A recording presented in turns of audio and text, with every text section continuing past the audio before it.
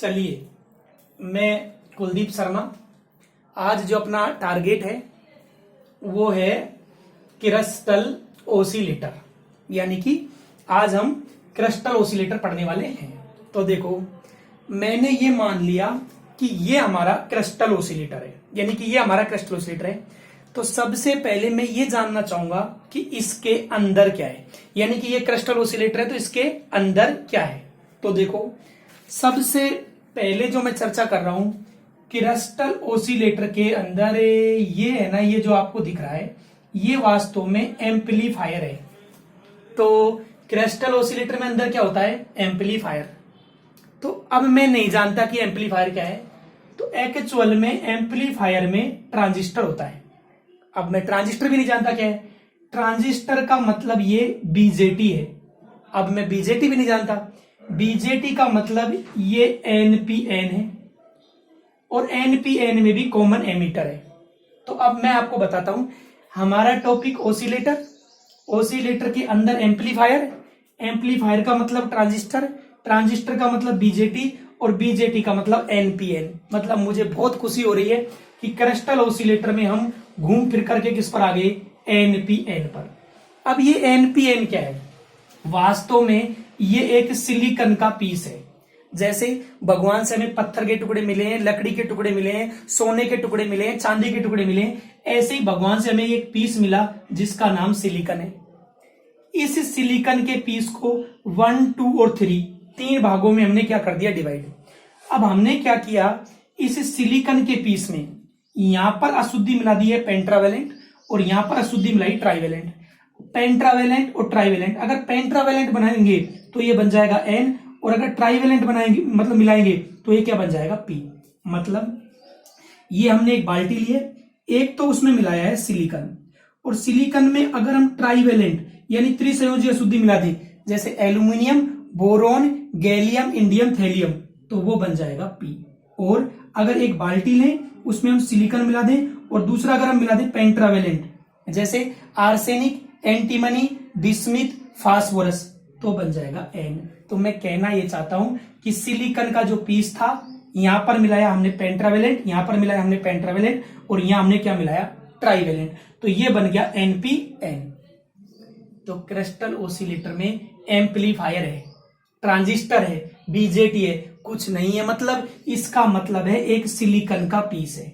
अगर सिलिकॉन के पीस में ट्राइवेलेंट और पेंट्रावेलेंट अशुद्धि हमने मिक्स की है। अच्छा, तो ये हमारा बन गया मतलब एक, अगर बात करें तो एम्पलीफायर, बीजेटी, या क्या बन गया? ट्रांजिस्टर। तो अगर मेरी कंपनी क्रिस्टल ओसिलेटर बनाती है तो मुझे सिलिकॉन का पीस लेकर आना होगा, और सिलिकॉन के पीस के दो भागों में मिला देना होगा पेंट्रावेलेंट, और एक भाग में क्या मिला देना होगा? ट्राइवेलेंट। अब मैंने ये लिखा है कि ये कॉमन एमीटर मोड में है। कॉमन एमीटर मोड, ये कॉमन एमीटर मोड है। इसका मतलब ये है इनपुट और आउटपुट में एमीटर क्या है? कॉमन है। डन। तो ये मुझे समझ में आ गया क्रिस्टल ओसिलेटर में एम्पलीफायर है। अब मेरे दिमाग में विचार ये आता है कि इसको मैंने लगाया क्यों है, यानी क्यों मैं इसका प्रयोग कर रहा हूं। यस,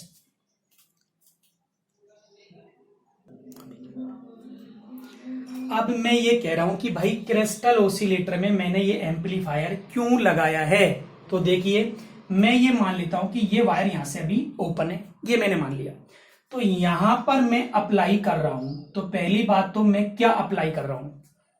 ओसिलेटर में कोई भी सिग्नल बाहर से इनपुट के रूप में नहीं होता, यानी ओसिलेटर पर कोई इनपुट अप्लाई नहीं किया जाता।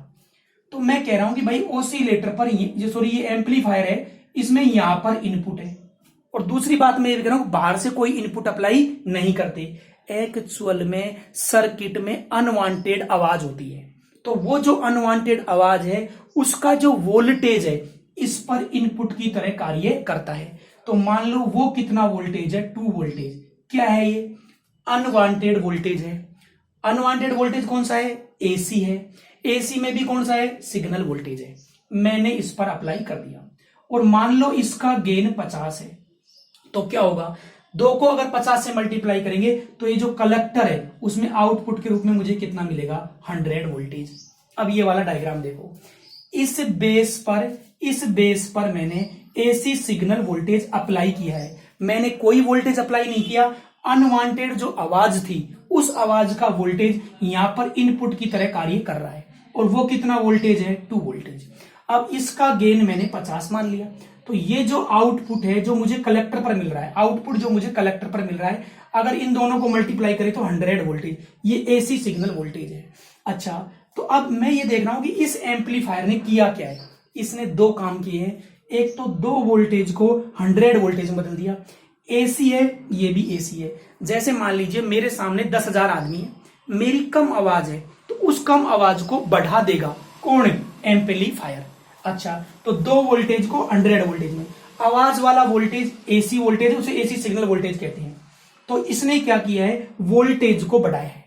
दूसरा काम इसने क्या किया है, यहां पर पॉजिटिव साइकिल है, लेकिन यहां पर क्या है, नेगेटिव साइकिल, यानी यहां पॉजिटिव और यहां नेगेटिव। इसको बोलते हैं 180 डिग्री फेज शिफ्ट, इसे बोलते हैं 180 डिग्री फेज शिफ्ट। यानी कि एम्पलीफायर ने 2 काम किए हैं, एक तो सिग्नल को एम्पलीफाई किया है यानी आवाज को बढ़ाया है, और दूसरा इनपुट और आउटपुट के मध्य 180 डिग्री का फेज शिफ्ट जनरेट किया है। 180 डिग्री का जो फेज शिफ्ट है केवल कॉमन एमिटर में ही होता है, कॉमन बेस और कॉमन कलेक्टर में नहीं होता। लेकिन मैं इस बात पे जोर देना चाहूंगा, ओसिलेटर में कोई भी आवाज इनपुट में नहीं होती, ये अनवांटेड आवाज का ही 2 वोल्टेज है जिसको इसने 100 वोल्टेज में बदल दिया। अब यहां पर मुझे क्या मिल गया, आउटपुट, और इधर भी ये क्या है आपका, अब देखते हैं। अब यहां से हम कहां चल रहे हैं, आगे। यस,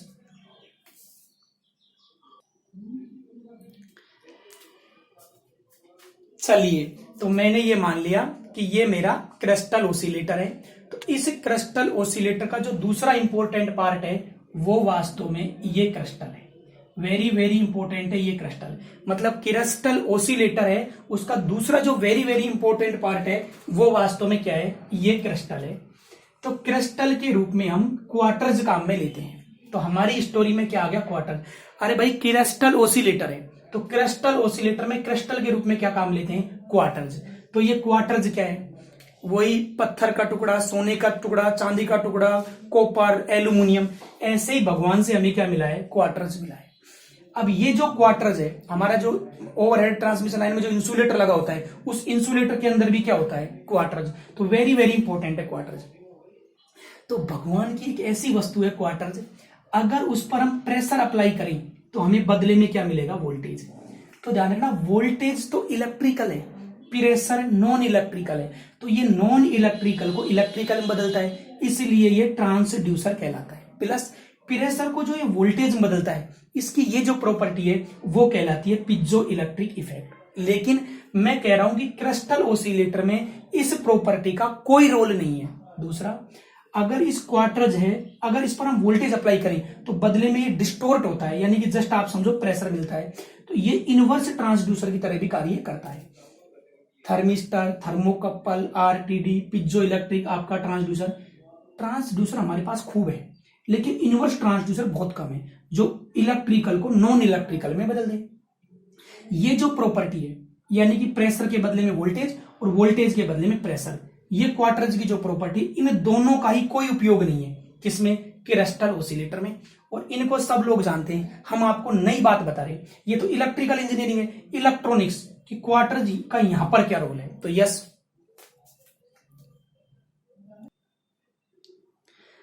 तो मैं ये जानना चाहता हूं कि क्रिस्टल ओसिलेटर में ये क्रिस्टल करता क्या है। तो देखो, सबसे पहली बात तो ये क्वार्टर्स है, ये क्वार्टर्स है, लेकिन ये क्वार्टर्स बिहेव कर रहा है, व्यवहार कर रहा है कैसे, जैसे RLC सीरीज में हो। मतलब ये है तो क्वार्टर्स, ये है तो क्वार्टर्स, लेकिन व्यवहार कैसे कर रहा है, जैसे RLC सीरीज में है। समझ रहे हो, यानी है क्वार्टर्स लेकिन बिहेव, देखो बहुत अच्छी बात है, जैसे मैं हूं लेकिन मैं व्यवहार यहां कैसे कर रहा हूं, टीचर की तरह। अभी मेरी कोई गर्लफ्रेंड होती तो मैं कैसे बिहेव करता, उसके बॉयफ्रेंड की तरह। तो दैट्स इट। तो ये क्वार्टर्स है, लेकिन क्वार्टर्स बिहेव कैसे कर रहा है, जैसे RLC सीरीज में हो। और ये CM क्या है, ये माउंटिंग कैपेसिटेंस है। तो ये मेरे को समझ में आ गया क्वार्टर्स कैसे बिहेव करता है, RLC सीरीज तरह। अब ये करता क्या है, यानी कि यहां पर ये कर क्या रहा है। तो देखो, यहां से हम इधर से इस पर अप्लाई क्या कर रहे हैं, AC अप्लाई कर रहे हैं, डन है। तो ये क्या कर रहा है, जैसे यहां पर साइकिल कम है और यहां पर साइकिल क्या है, ज्यादा। आप देखो यहां पर मैंने कम साइकिल बना रखे और यहां पर क्या बना रखे, ज्यादा। ये साइकिल का मतलब फ्रीक्वेंसी, आप ये समझो क्वार्टर्स है ना, यही फ्रीक्वेंसी जनरेटर है। वेरी वेरी इंपॉर्टेंट है, यही क्या है, फ्रीक्वेंसी जनरेटर है। मतलब कम साइकिल को ये ज्यादा साइकिल में बदल रहा है। और जेबी गुप्ता में जो लिख रखा है, जेबी गुप्ता में ये लिख रखा है कि जब हम क्वार्टर्स पर एसी सिग्नल अप्लाई करते हैं तो क्वार्टर्स करता क्या है, क्वार्टर्स में वाइब्रेशन होता है और ये वाइब्रेशन करता है नेचुरल फ्रीक्वेंसी पर। तो मैं कहता हूं यही फ्रीक्वेंसी जनरेटर है। कौन, आपका ये जो क्वार्टर्स है, यही फ्रीक्वेंसी जनरेटर है। जब हम इधर से इस पर एसी अप्लाई करेंगे, यहां कम साइकिल है तो उसको साइकिलों को ये क्या कर देगा, बढ़ा देगा। दूसरा, यहां पर पहले नेगेटिव साइकिल है, क्योंकि ये यहां पर तो नेगेटिव साइकिल था, ये नेगेटिव को किसमें बदल देता है, पॉजिटिव में। मतलब कितना डिग्री का फेज शिफ्ट प्रोवाइड कर रहा है, 180 डिग्री का। इससे होगा क्या, यहां पॉजिटिव और यहां नेगेटिव और यहां पॉजिटिव, यानी कि वापस हमें यहां पर क्या मिलेगा, पॉजिटिव साइकिल। क्योंकि बार्क-असन का क्राइटेरिया ये कहता है कि यहां ये जो फीडबैक सिग्नल है और यहां पर जो इनपुट सिग्नल है, ये इन फेज होने चाहिए। तो इन फेज तब होंगे जब ये भी 180 डिग्री प्रोवाइड करे और ये भी 180 डिग्री प्रोवाइड करे, तभी ये क्या होगा, इन फेज।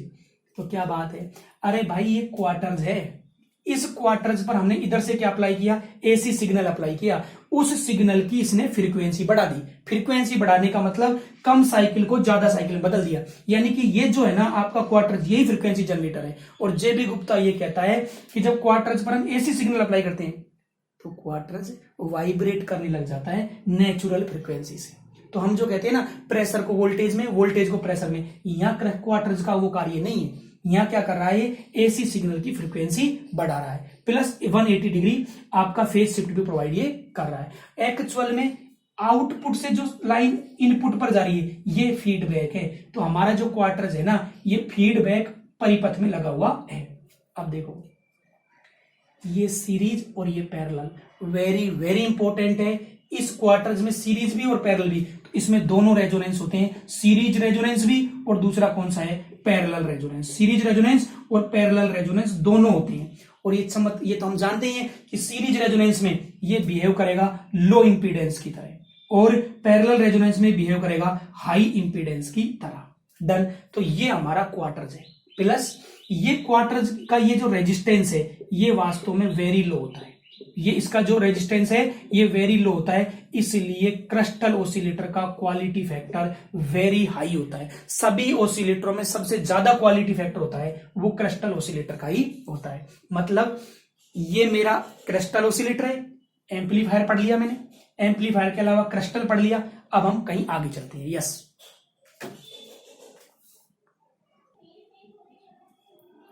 चलिए, तो अब हम क्रिस्टल ऑसिलेटर में डीसी सप्लाई की बात करेंगे। क्रिस्टल ऑसिलेटर और हम डीसी सप्लाई की बात करेंगे। तो मैं ये कह रहा हूं, जैसे हमारा मोबाइल है और उस मोबाइल की बैटरी हमारी की डिस हो गई और मोबाइल हमारा स्विच ऑफ हो गया, फिर हम हेलो हेलो बोल रहे हैं लेकिन वो आवाज दूसरी जगह नहीं जा रही, क्योंकि मोबाइल क्या नहीं है, चार्ज नहीं है। तो मोबाइल से अगर हमें कार्य करवाना है तो सबसे पहले मोबाइल को डीसी सप्लाई चाहिए, और मोबाइल को जब डीसी सप्लाई देंगे तब हमारा मोबाइल कार्य करेगा। तो सबसे पहले क्रिस्टल ऑसिलेटर में भी क्या चाहिए, डीसी सप्लाई। या फिर हम शादी पार्टी में माइक लाते हैं, माइक में हम हेलो हेलो बोलेंगे तो माइक आवाज बढ़ाएगा, लेकिन वो करेगा तभी जब पहले माइक को कौन सप्लाई चाहिए, डीसी सप्लाई। तो क्रिस्टल ऑसिलेटर में वेरी वेरी इंपॉर्टेंट है डीसी सप्लाई। अच्छा, अब ये डीसी सप्लाई चाहिए क्यों, तो देखो ये मेरा बीजेटी है, ये मेरा ट्रांजिस्टर है, ये मेरा एम्पलीफायर है। अच्छा, तो ये एमीटर जंक्शन है और ये कलेक्टर जंक्शन है। तो पी को प्लस से, यानी एमीटर जंक्शन क्या हो गया हमारा, एमीटर जंक्शन हमारा फॉरवर्ड बायस हो गया। अब देखो ये कलेक्टर जंक्शन है, एन को माइनस से नहीं प्लस से कनेक्ट किया है, यानी कि कलेक्टर जंक्शन हमारा क्या हो गया, रिवर्स बायस। ऐसा करने पर हमारा बीजेटी एक्टिव हो जाता है। ऐसा करने से हमारा बीजेटी क्या हो जाता है, एक्टिव हो जाता है। मैं कहना चाहता हूं कि माइक को ऑन करना है, मोबाइल को ऑन करना है, उसके लिए डीसी सप्लाई चाहिए। ऑसिलेटर में भी डीसी सप्लाई चाहिए। इस एम्पलीफायर में दो जंक्शन है, एक तो एमीटर जंक्शन और एक कलेक्टर जंक्शन। एमीटर जंक्शन को फॉरवर्ड और कलेक्टर जंक्शन को रिवर्स करते हैं, तब ये बीजेटी हमारा एक्टिव हो जाता है। तो इसके लिए डीसी सप्लाई चाहिए। तो यहां 1 और 2 यानी कि 2 बैटरी चाहिए, लेकिन इस क्रिस्टल ओसिलेटर में केवल ये सिंगल बैटरी यहां पर लगी हुई है, केवल यहां पर एक सिंगल बैटरी ही लगी हुई है। और एक बैटरी के वोल्टेज को ये जो दो रेजिस्टेंस है R1 और R2, ये एक बैटरी के वोल्टेज को दो जगह डिवाइड कर देते हैं, एक यहां पर और एक यहां पर। तो हमारा वोल्टेज डिवाइड हो जाता है, हमारा पोटेंशियल डिवाइड हो जाता है। अच्छा, और ये एक तरह से दो बैटरी की तरह व्यवहार कर रहे हैं। बैटरी एक है लेकिन ये व्यवहार कैसे कर रहे हैं, जैसे दो बैटरियां हो। तो इससे ये जो आपको दिख रही है ये वास्तव में वोल्टेज डिवाइडर बाइसिंग है, ये हम इसे पोटेंशियल डिवाइडर बाइसिंग भी कह सकते हैं, इसे हम रेजिस्टेंस पोटेंशियल डिवाइडर बाइसिंग कह सकते हैं। ये सबसे बेस्ट बाइसिंग है। और बाइसिंग का मतलब हमारे सिस्टम को डीसी सप्लाई देनी है, तो उसका सबसे बेस्ट तरीका है ये डन और नॉट डन, यानी कि वोल्टेज डिवाइडर बाइसिंग या पोटेंशियल डिवाइडर बाइसिंग या रेजिस्टेंस पोटेंशियल डिवाइडर बाइसिंग, ये सबसे बेस्ट है। अब मेरे दिमाग में आता है ये वोल्टेज को डिवाइड कैसे करता है। मान लेते हैं कि यहां पर 10 वोल्टेज है, और मैं जस्ट मान रहा हूं ये बात सही नहीं है। मान लेते हैं ये रेजिस्टेंस आपका 2 ओम है, और ये मतलब ये रेजिस्टेंस मान लो आपका 8 ओम है, और ये रेजिस्टेंस मान लो 2 ओम है। तो ये दोनों सीरीज में, तो 8 और 2 कितना हो गया 10, यानी यहां पर करंट कितनी जाएगी 1 एम्पियर, क्योंकि 10/10 तो 1 एम्पियर। तो 1 को 8 से मल्टीप्लाई करेंगे तो यहाँ 8 वोल्ट हो गया और यहाँ 2 वोल्ट हो गया, यानी कि हमारा वोल्टेज डिवाइड हो गया। वोल्टेज क्या हो गया, डिवाइड। कहना क्या चाहता हूं, क्रिस्टल ओसिलेटर को ऑन करना है तो डीसी सप्लाई चाहिए, यानी कि दो बैटरी चाहिए, लेकिन हमने एक बैटरी लेकर उसके पोटेंशियल को डिवाइड कर दिया। R1, R2 और RE, इनका तीनों का बाइसिंग में रोल होता है, यानी कि ये वोल्टेज डिवाइडर बाइसिंग या पोटेंशियल डिवाइडर बाइसिंग है। सबसे बेस्ट बाइसिंग यही है। तो ये आपको समझ में आ गया डीसी सप्लाई R1 और R2। यस,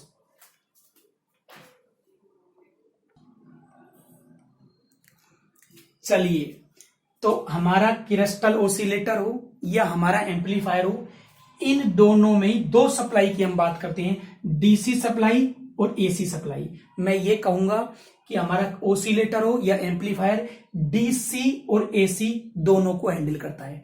डीसी मिलती है हमें बैटरी से और एसी हमारी सिग्नल वाली है।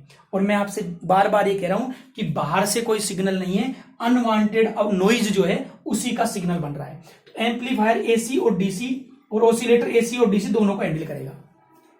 तो कैपेसिटर, जहां इसमें दो कैपेसिटर हैं, एक तो आपका कपलिंग कैपेसिटर है और एक ये एमीटर बाईपास कैपेसिटर है। ये केवल एसी को ही अलाउ करेगा, यानी कि डीसी को क्या करेगा, ये ब्लॉक। यहां पर डीसी और एसी मान लो दोनों हैं, तो केवल ये एसी को ही पास करेगा, यानी ये जो आपका कैपेसिटर है डीसी को ब्लॉक करेगा। तो यानी कि डीसी केवल एसी को पास करने के लिए हमने दो लगा रखे हैं कैपेसिटर। इसके अलावा हमारे ओसिलेटर में आरएफसी है, यानी कि रेडियो फ्रीक्वेंसी कॉइल। इसका भी सेम सीन है, डीसी को पास करेगी और एसी को क्या करेगी, ब्लॉक। और उसके अलावा डीसी और एसी को सेपरेट भी ये कॉइल करती है। डन। तो हुआ क्या, एक बार थोड़ी सी बात कहता हूं हल्का हल्का। सबसे पहले मैंने अप्लाई किया 2 वोल्टेज। कहां से अप्लाई किया, अनवांटेड आवाज का वोल्टेज है, एम्पलीफायर को अप्लाई किया, और मैंने अप्लाई किया पॉजिटिव साइकिल और नेगेटिव। इस एम्पलीफायर ने क्या किया, पहले तो नेगेटिव को बदला पॉजिटिव में, यानी कि 180 डिग्री फेज शिफ्ट इसने प्रोवाइड किया। अच्छा, 180 डिग्री फेज शिफ्ट प्लस 2 को बदल दिया 100 वोल्टेज में, क्योंकि 50 मैंने अपने हिसाब से इसका गेन मान लिया। ये 100 वोल्टेज एक तो आउटपुट में, और इस 100 वोल्टेज को मैंने अप्लाई कर दिया किस पर, आपके फीडबैक पाथ में क्रिस्टल ओसिलेटर को। ये केवल एसी को पास करेगा। ये मेरा क्रिस्टल ओसिलेटर क्या करेगा, पहली बात तो ये क्या करेगा कि यहां पर नेगेटिव साइकिल था तो उसको किस में बदल देगा, पॉजिटिव साइकिल में, प्लस नंबर ऑफ साइकिल ये बढ़ा देगा, फ्रीक्वेंसी ये जनरेट कर देगा, क्योंकि ये तो सीरीज आरएलसी की तरह बिहेव करता है। डन और नो डन, प्लस 180 डिग्री का फेज शिफ्ट भी ये प्रोवाइड करेगा। ये हमारा क्रिस्टल ओसिलेटर है। अब इसके बाद में हम इसे नट सेल या कंक्लूजन में लिखते हैं। Yes,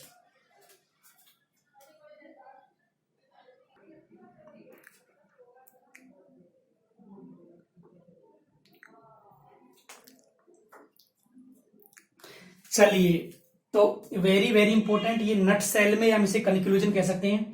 crystal oscillator highest frequency stability होती है। कई एग्जामों में है कि हाईएस्ट फ्रीक्वेंसी स्टेबिलिटी।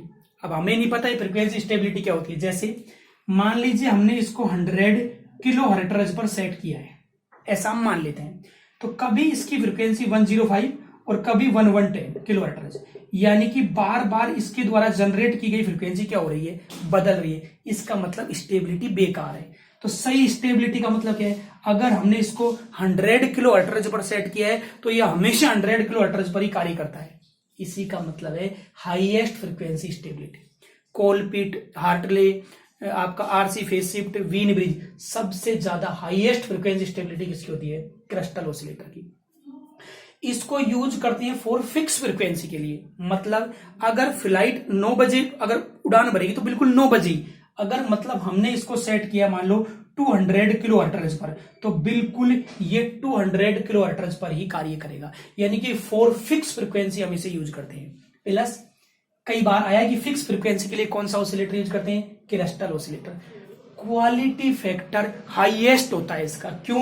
क्योंकि जो आरएलसी सर्किट था उसमें जो रेजिस्टेंस इसका मान लो होता है, तो क्वालिटी फैक्टर इसका क्या होता है, highest. Use for radio frequency, audio नहीं, रेडियो फ्रीक्वेंसी के लिए यूज करते हैं। हमारा ना तो इसमें कोई एलसी टैंक है ना कोई आरसी टैंक है। एलसी और आरसी टैंक नहीं होता। एक्चुअल में जो हमारा क्वार्टर्ज का क्रिस्टल है वही एलसी टैंक की तरह बिहेव करता है। प्लस क्वार्टर्ज को यूज करते हैं एज ए क्रिस्टल। अच्छा, क्वार्टर्ज है लाइक आरएलसी सर्किट। क्वार्टर्ज ऐसे बिहेव करता है जैसे आरएलसी सर्किट हो।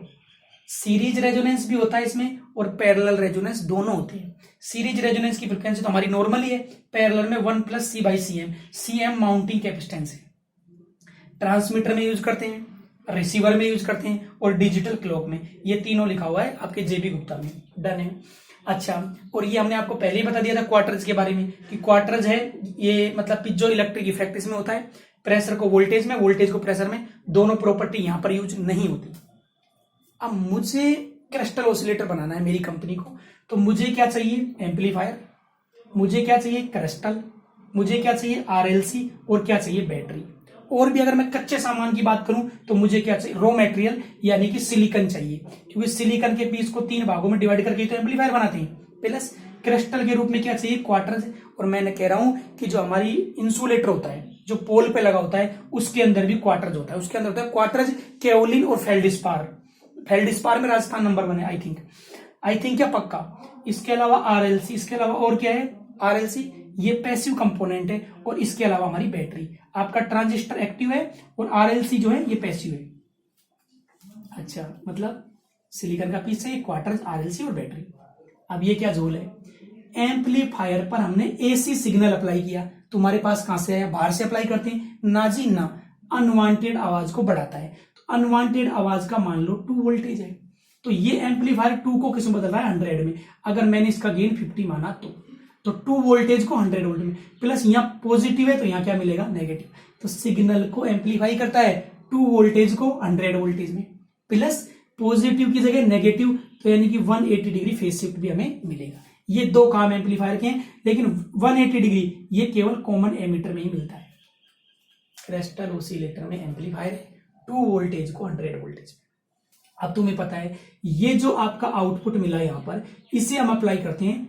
इधर से हमने अप्लाई किया आपके क्रिस्टल पर, पहले हमने अप्लाई किया नेगेटिव, हमें क्या मिल रहा है, पॉजिटिव। मतलब कितना डिग्री फेज शिफ्ट प्रोवाइड किया इसने, 180 डिग्री। और मैं कह रहा हूं जैसे एलसी टैंक फ्रीक्वेंसी जनरेट करता है, ऐसे ये क्वार्टर्स भी फ्रीक्वेंसी जनरेट करता है, यानी कि कम साइकिल को ज्यादा साइकिल में बदल देता है। ये जो एम्पलीफायर है ये फ्रीक्वेंसी नहीं बदलता, फ्रीक्वेंसी बदलता कौन है, क्वार्टर्स, यानी कम साइकिल को ज्यादा साइकिल में। तो नंबर ऑफ साइकिल बढ़ा रहा है, फ्रीक्वेंसी जनरेट कर रहा है, 180 डिग्री फेज शिफ्ट प्रोवाइड कर रहा है। प्लस जैसे मैंने बीटा का मान लिखा 1/50 और ए का मान लिखा 50। पहली बात तो ये बात गलत है, किसी बुक में इसके ए और बीटा नहीं लिखा हुआ, मैंने अपनी मर्जी से माना है। अगर ए और बीटा को मैं मल्टीप्लाई करूंगा तो क्या आ जाएगा, 1। बार कसन ये कहता है कि ए और बीटा का मान 1 होना चाहिए, यह 1 से थोड़ा सा अधिक, प्लस एंगल 0 डिग्री होना चाहिए। जैसे ये पॉजिटिव फिर ये नेगेटिव, या नेगेटिव फिर वापस पॉजिटिव, यानी कि ये फीडबैक और इनपुट सिग्नल इन फेज ही होने चाहिए। ये बार कसन की दूसरी कंडीशन जो हमने पहले वीडियो में बताई थी। डन है, ये हमारा क्रिस्टल ऑसिलेटर डन। प्लस कुछ लोग अभी पढ़ते हैं तो फीलिंग नहीं है। आप 10 बार देख लो वीडियो, सबसे इंपॉर्टेंट है फीलिंग। आप टॉपिक को फील करें, ऐसे धुआंधाड़ पढ़े उससे कोई मतलब नहीं। प्लस मुझे अगर स्वर्ग चाहिए तो मुझे ही मरना पड़ेगा, मैं चाहता हूं कि स्वर्ग चाहिए मुझे, मर जाए पड़ोसी, ऐसा नहीं होगा। इसलिए शांति से देखो, आराम से। मैंने एक एक बात को 6-6 बार कही है ताकि फीलिंग आए दिमाग में। आराम से अच्छे से पढ़े, उसके बाद बताना।